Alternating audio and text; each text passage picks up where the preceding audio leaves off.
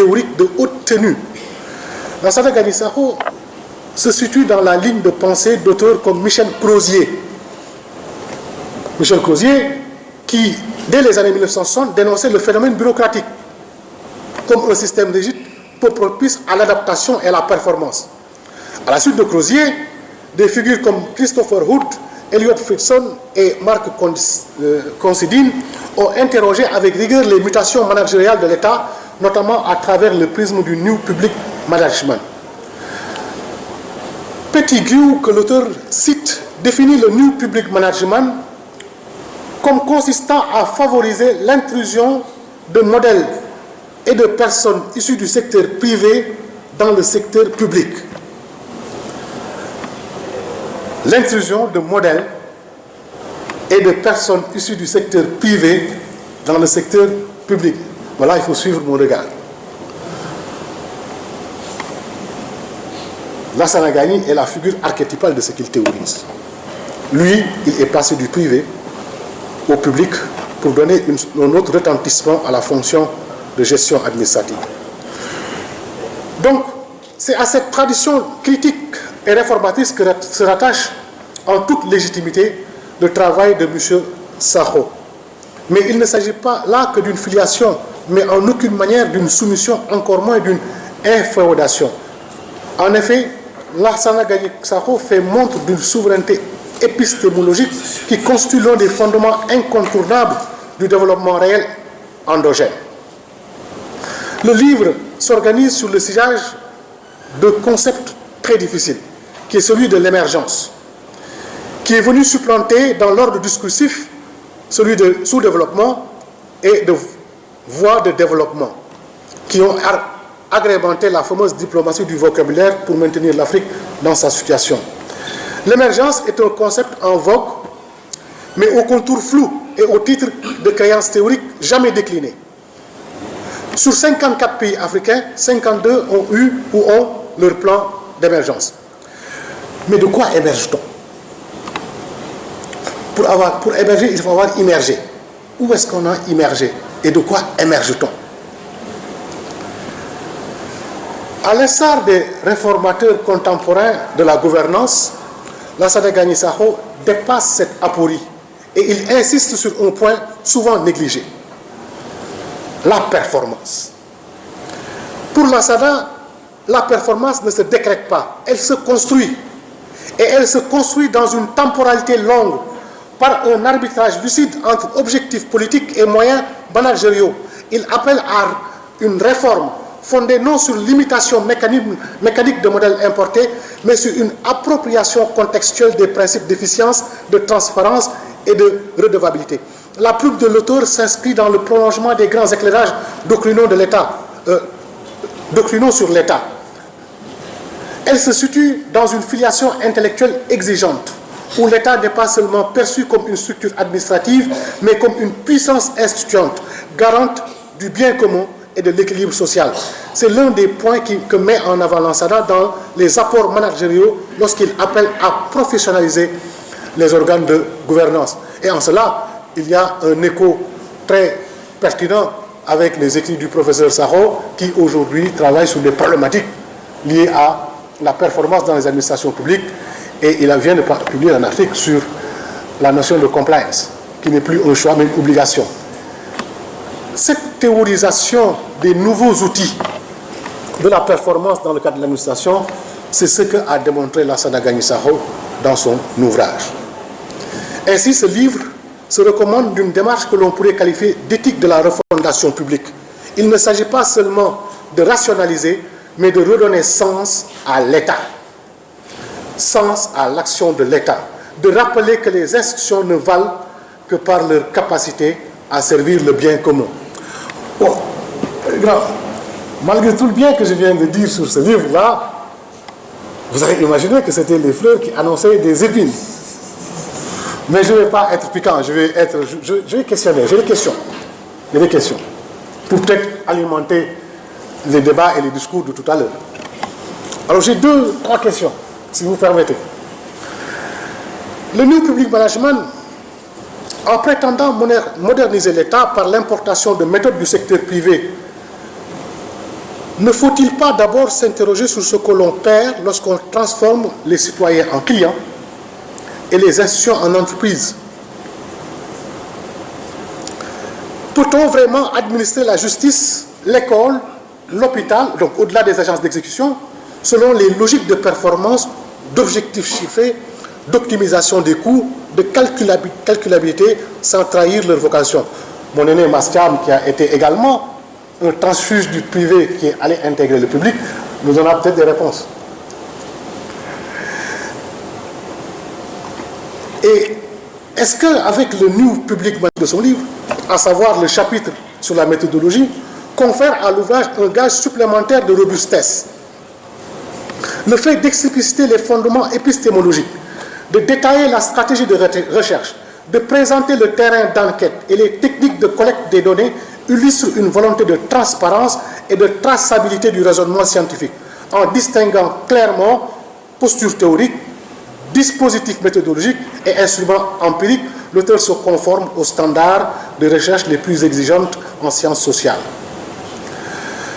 La seconde partie du livre exprime la même rigueur en déployant une ossature analytique qui distingue nettement la présentation des résultats et leur mise en perspective. L'exposé commence par les données issues de l'observation, garantissant un ancrage empirique qui se prolonge dans l'exploration des perceptions. Enfin, l'articulation vers les implications qu'on devine à la fois pratiques et théoriques parachève la démonstration en opérant un retour réflexif sur les résultats. Cette boucle herméneutique où les données empiriques sont réinscrites dans un cadre analytique préalablement construit témoigne d'un haut degré de maturité scientifique. Et cette présentation de la forme laisse augurer d'une densité dans le fond. Maintenant, c'est ce fond-là qu'on va essayer de voir comment il a été mis en branle dans le cadre de ce document de très haute facture. L'auteur s'attaque à un monument qui est l'administration. L'administration a toujours été un objet de réflexion majeur pour les juristes, chacun s'efforçant à cerner à partir de sa fonction et de son rôle dans l'architecture de l'État. Beaucoup de grands juristes ont attaché leur nom et leur réputation intellectuelle à l'ancienne administration. Gaston Gèze, Oriou, ainsi de suite. Mais le point d'entrée qu'a choisi l'auteur est l'agence publique d'exécution. Et si on jette une vue d'ensemble sur la trame qui gouverne la pensée de l'auteur, on est littéralement subjugué. Lassana Gagny Sakho accomplit un véritable tour de force heuristique en conjuguant deux démarches que l'on oppose souvent. La pensée en finalité, donc la téléologie, et la pensée en interaction, donc le systémisme. Et en mobilisant la dimension téléologique, il interroge les phénomènes à l'aune de leur vocation ultime, des horizons normatifs et éthiques qu'ils prétendent servir. Mais il ne s'enferme pas dans l'abstraction des fins proclamées. Son analyse finaliste est articulée à un regard concret sur les interactions, des relations dynamiques et des médiations pratiques qui façonnent la réalité. L'auteur nous rappelle que la création des agences publiques d'exécution, qu'il nomme agenciation, procède d'une volonté de modernisation de l'action publique et d'une quête d'efficacité dans la mise en œuvre des politiques publiques.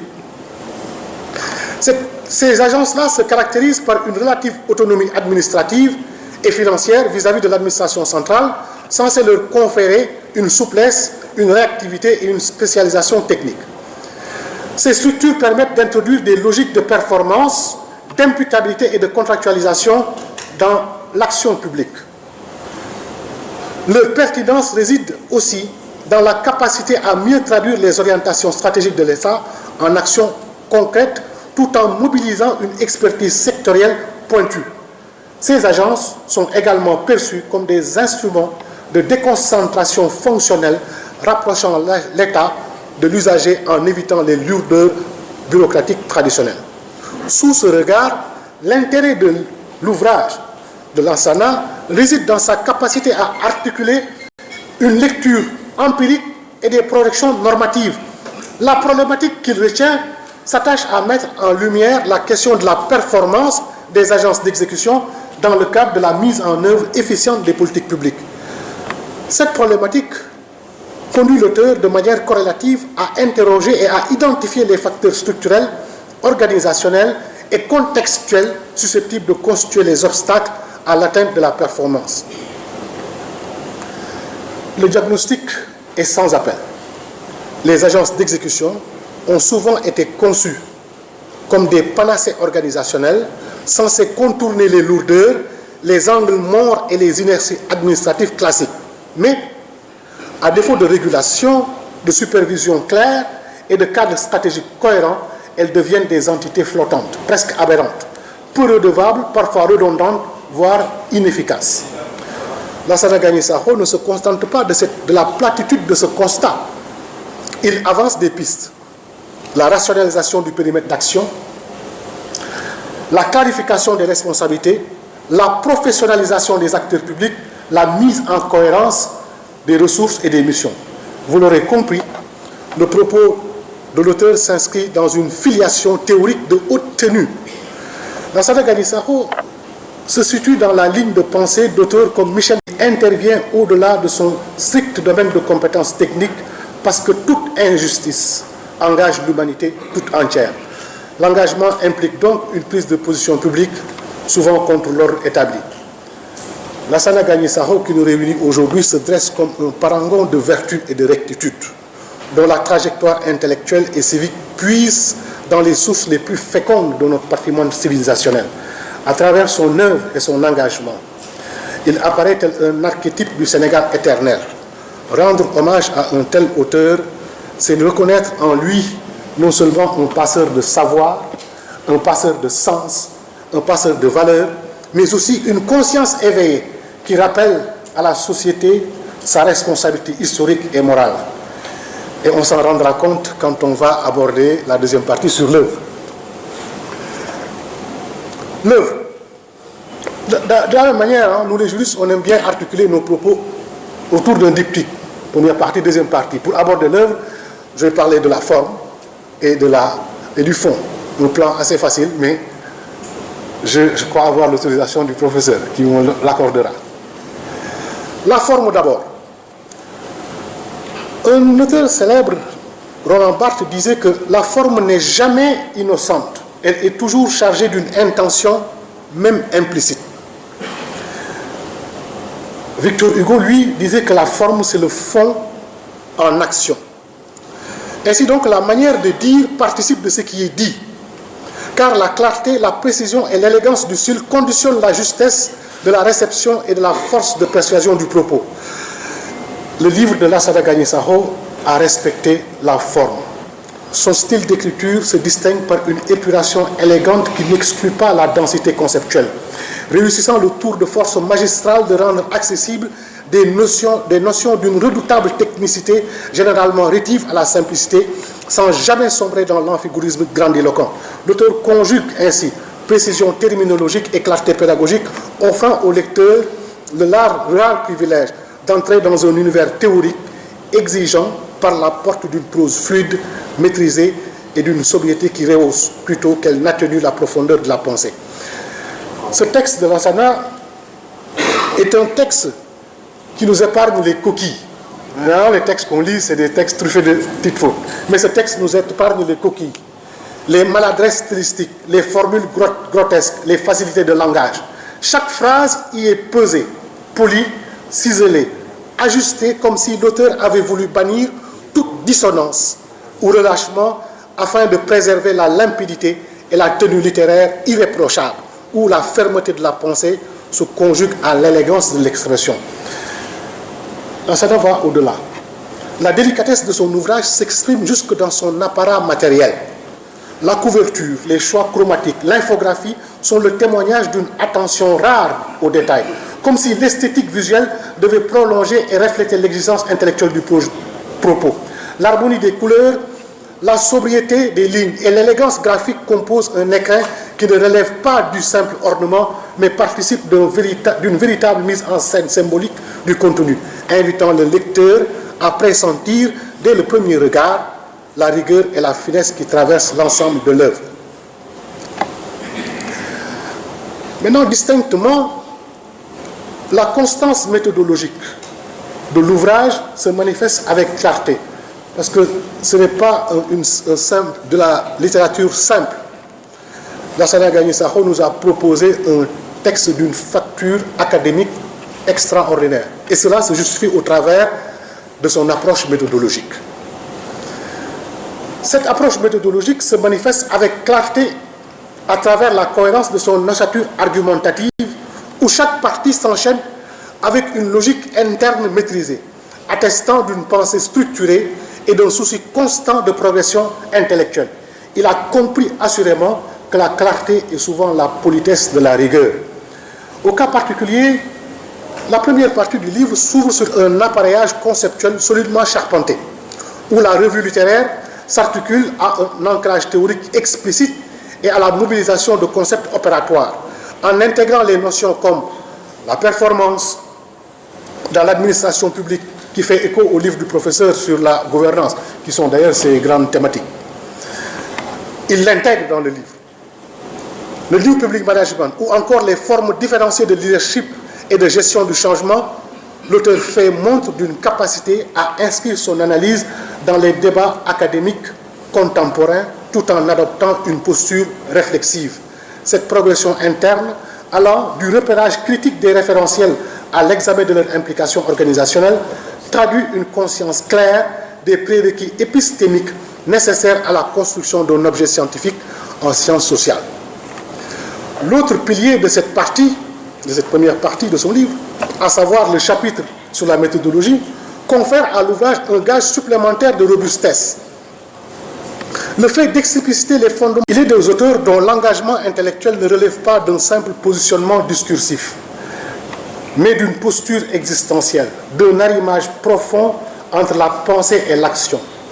Lassana Gagny Sakho appartient à cette catégorie rare de figures publiques dont la réflexion procède d'une expérience assumée, traversée à la fois par l'épreuve du terrain et par la rigueur de l'analyse.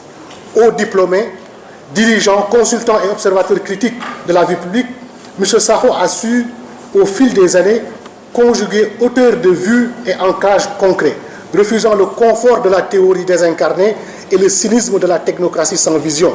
Sa voix s'est imposée progressivement comme celle d'un praticien averti, soucieux de restaurer la consistance du projet public dans un contexte de fragmentation institutionnelle et de démultiplication souvent stérile des structures d'exécution.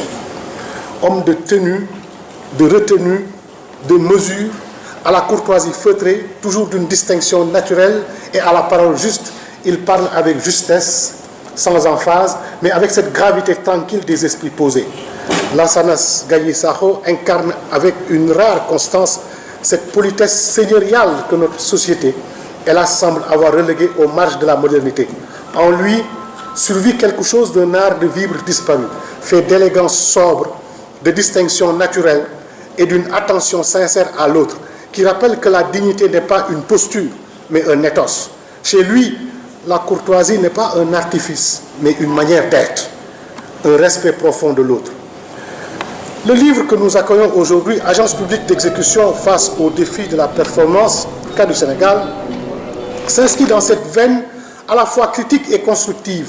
Il ne s'agit pas d'une compilation de rapports administratifs, ni d'un répertoire d'indicateurs de performance, mais d'une méditation stratégique sur la trajectoire d'un modèle de gouvernance en mutation à la lumière de ses impasses comme de ses promesses. En réalité, l'auteur ne se contente pas de décrire, il interroge, il met en tension, il décape. À travers cette œuvre, il poursuit une double ambition. Comprendre les orthopédies et les archéologies profondes qui président à la création et à la prolifération, et même parfois à la désaffection des agents publics. Et surtout, il propose une nouvelle grammaire de l'action publique, articulée autour de l'efficacité, de la responsabilité et de la finalité collective. Il faut enfin souligner, avec sobriété mais fermeté, que ce livre ne procède pas d'une neutralité feinte. Il est l'expression d'un engagement assumé. Lassana Gagny Sakho n'a pas seulement interrogé la gouvernance publique depuis le confort du commentaire. Il a choisi d'y prendre part, à contre-courant, et parfois à contre-emploi, si on peut dire. Son adhésion à une époque incertaine au projet politique porté par le parti PASTEF n'a rien d'un opportunisme de circonstance. Elle fut au contraire l'illustration d'un courage civique et d'une finesse politique rare, celle qui consiste à prendre position alors que d'autres se taisaient, à soutenir une dynamique de rupture quand l'ambiguïté paraissait plus rentable, plus prudente et plus confortable. Ce fut aussi, et peut-être surtout, le courage de dire non. Non à l'arbitraire, non à la peur, non aux compromissions taciturnes, non, et par pure fidélité à une conviction intérieure, lorsque dire oui ouvrait les portes des honneurs, mais trahissait la conscience. Il a tourné le dos à ses privilèges funestes que distribue la complaisance aux esprits dociles, préférant la solitude du juste à la jouissance servile de l'aval officiel. Et cela au moment où la démocratie était en lambeaux, piétinée sans pudeur, et où la terreur organisée, rationalisée, érigée en mode de gouvernement s'était installée comme règle dans cette nuit politique, où la parole se retirait des visages et la peur habitait les gestes. Il a choisi de tenir debout. Non par bravade, mais par exigence morale. Ce geste rare, silencieux, vous manifeste. Il s'agit bien de ce que l'on peut appeler la désistance, c'est-à-dire un refus moral. La désistance n'est pas anodine et ne consiste pas en une simple coquetterie comportementale. Elle n'est ni une simple inobéissance impulsive, ni une réaction de panique, mais souvent le fruit d'une tension morale intense, où le sujet décide de se réapproprier son jugement éthique en opposition au pouvoir prescriptif de l'autorité. C'est donc un intellectuel engagé, au sens noble du terme que nous célébrons aujourd'hui. Quelqu'un qui écrit comme il agit, et qui agit avec la même rigueur que celle qu'il met dans ses analyses. Qualifier l'auteur d'intellectuel ne relève nullement d'une formule de convenance. Son itinéraire universitaire, tout autant que son parcours professionnel, atteste avec éclat la légitimité de ce rang et de l'autorité intellectuelle qui s'y ajoute. Jean-Paul Sartre définissait l'intellectuel comme celui qui met son savoir et sa parole au service des causes universelles, en se plaçant du côté des opprimés. L'intellectuel, pour Sartre, est quelqu'un qui se mêle de ce qui ne le regarde pas. Il est un théorique de haute tenue. Lansana Gagny Sakho se situe dans la ligne de pensée d'auteurs comme Michel Crozier. Michel Crozier, qui, dès les années 1960, dénonçait le phénomène bureaucratique comme un système rigide peu propice à l'adaptation et à la performance. À la suite de Crozier, des figures comme Christopher Hood, Elliot Friedson et Marc Considine ont interrogé avec rigueur les mutations managériales de l'État, notamment à travers le prisme du New Public Management. Petitgout, que l'auteur cite, définit le New Public Management comme consistant à favoriser l'intrusion de modèles et de personnes issues du secteur privé dans le secteur public. L'intrusion de modèles et de personnes issues du secteur privé dans le secteur public. Voilà, il faut suivre mon regard. Lansana Gagny est la figure archétypale de ce qu'il théorise. Lui, il est passé du privé au public pour donner un autre retentissement à la fonction de gestion administrative. Donc, c'est à cette tradition critique et réformatrice que se rattache en toute légitimité le travail de M. Sakho. Mais il ne s'agit pas là que d'une filiation, mais en aucune manière d'une soumission, encore moins d'une inféodation. En effet, Lansana Gagny Sakho fait montre d'une souveraineté épistémologique qui constitue l'un des fondements incontournables du développement réel endogène. Le livre s'organise sur le sillage de concepts très difficiles, qui est celui de l'émergence, qui est venu supplanter dans l'ordre discursif celui de sous-développement et de voies de développement, qui ont agrémenté la fameuse diplomatie du vocabulaire pour maintenir l'Afrique dans sa situation. L'émergence est un concept en vogue, mais au contour flou et au titre de créances théoriques jamais déclinées. Sur 54 pays africains, 52 ont eu ou ont leur plan d'émergence. Mais de quoi émerge-t-on? Pour émerger, il faut avoir immergé. Où est-ce qu'on a immergé? Et de quoi émerge-t-on? À l'instar des réformateurs contemporains de la gouvernance, Lassana Gagny Sakho dépasse cette aporie et il insiste sur un point souvent négligé: la performance. Pour Lassana, la performance ne se décrète pas, elle se construit. Et elle se construit dans une temporalité longue par un arbitrage lucide entre objectifs politiques et moyens managériaux. Il appelle à une réforme fondée non sur l'imitation mécanique de modèles importés, mais sur une appropriation contextuelle des principes d'efficience, de transparence et de redevabilité. La plume de l'auteur s'inscrit dans le prolongement des grands éclairages doctrinaux de l'État, doctrinaux sur l'État. Elle se situe dans une filiation intellectuelle exigeante, où l'État n'est pas seulement perçu comme une structure administrative, mais comme une puissance instituante, garante du bien commun et de l'équilibre social. C'est l'un des points que met en avant Lansana dans les apports managériaux lorsqu'il appelle à professionnaliser les organes de gouvernance. Et en cela, il y a un écho très pertinent avec les écrits du professeur Sakho, qui aujourd'hui travaille sur des problématiques liées à la performance dans les administrations publiques, et il vient de publier un article sur la notion de compliance, qui n'est plus un choix mais une obligation. Cette théorisation des nouveaux outils de la performance dans le cadre de l'administration, c'est ce qu'a démontré Lassana Gagny Sakho dans son ouvrage. Ainsi, ce livre se recommande d'une démarche que l'on pourrait qualifier d'éthique de la refondation publique. Il ne s'agit pas seulement de rationaliser, mais de redonner sens à l'État, sens à l'action de l'État, de rappeler que les institutions ne valent que par leur capacité à servir le bien commun. Bon, malgré tout le bien que je viens de dire sur ce livre-là, vous avez imaginé que c'était les fleurs qui annonçaient des épines. Mais je ne vais pas être piquant, je vais questionner, j'ai des questions, pour peut-être alimenter les débats et les discours de tout à l'heure. Alors j'ai 2-3 questions, si vous permettez. Le New Public Management, en prétendant moderniser l'État par l'importation de méthodes du secteur privé, ne faut-il pas d'abord s'interroger sur ce que l'on perd lorsqu'on transforme les citoyens en clients et les institutions en entreprises?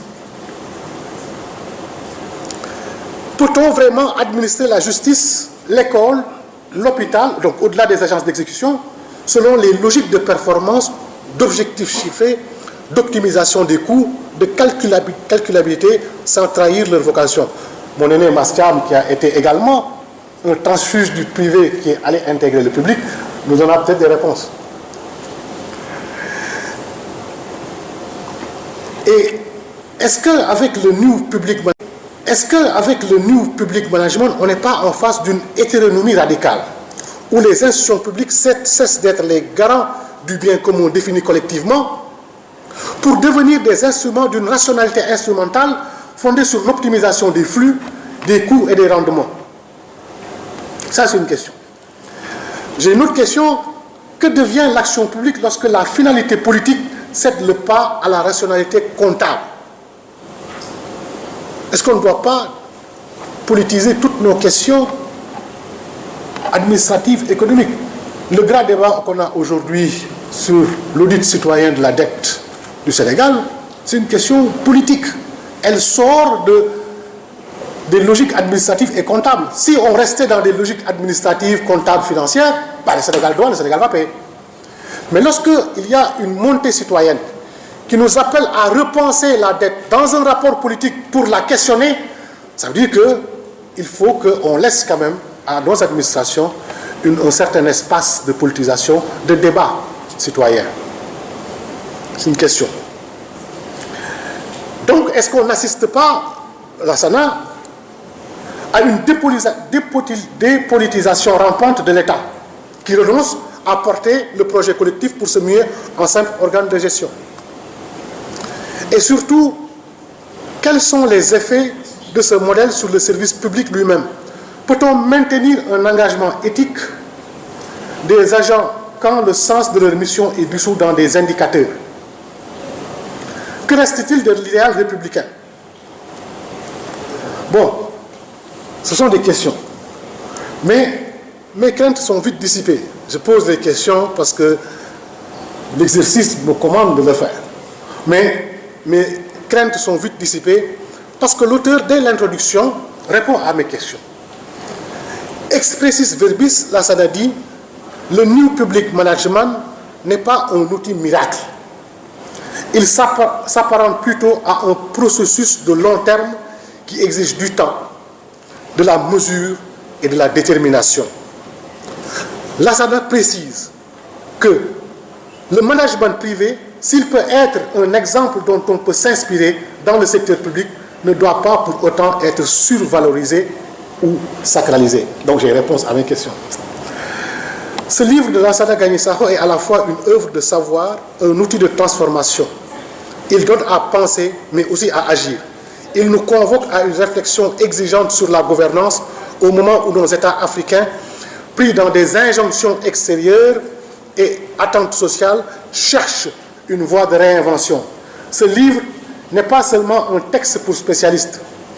C'est une invitation adressée à tous ceux qui croient encore en la puissance des idées pour changer le réel. Le débat est trop orphelin et ce livre-là pose le débat. Parce qu'il interpelle le citoyen, il interpelle le décideur, il interpelle l'universitaire, mais aussi le jeune lecteur en quête de sens. Il rappelle que la pensée critique n'est pas un luxe académique, mais un devoir civique, un devoir citoyen. En refermant cet ouvrage, on ne sort pas avec des certitudes immobiles, mais avec une exigence nouvelle, celle de repenser nos institutions à l'aune de l'éthique, de l'efficacité et de la justice sociale. C'est là, me semble-t-il, la marque des livres qui compte. Ils ne se contentent pas de nous informer, ils nous obligent à penser, ils nous obligent à mieux agir. Mesdames, Messieurs, lire Lansana Gagny Sakho, c'est entendre une voix qui s'élève contre la routine et l'inertie, une voix qui refuse les compromissions pour rappeler que l'État n'est pas une mécanique froide, mais une promesse vivante faite au peuple. En saluant ce travail, nous saluons aussi un auteur qui, par la rigueur de son analyse et la constance de son engagement, nous rappelle que l'écriture peut être un acte de service public. C'est pourquoi, au-delà de la cérémonie qui nous réunit aujourd'hui, il faut souhaiter à cet ouvrage une circulation large dans les milieux académiques, administratifs et politiques, qu'il serve de socle à des débats lucides sur la gouvernance publique et qu'il honore par sa rigueur et sa hauteur de vue la tradition intellectuelle dont Lansana est le digne héritier. Je vous remercie de votre attention.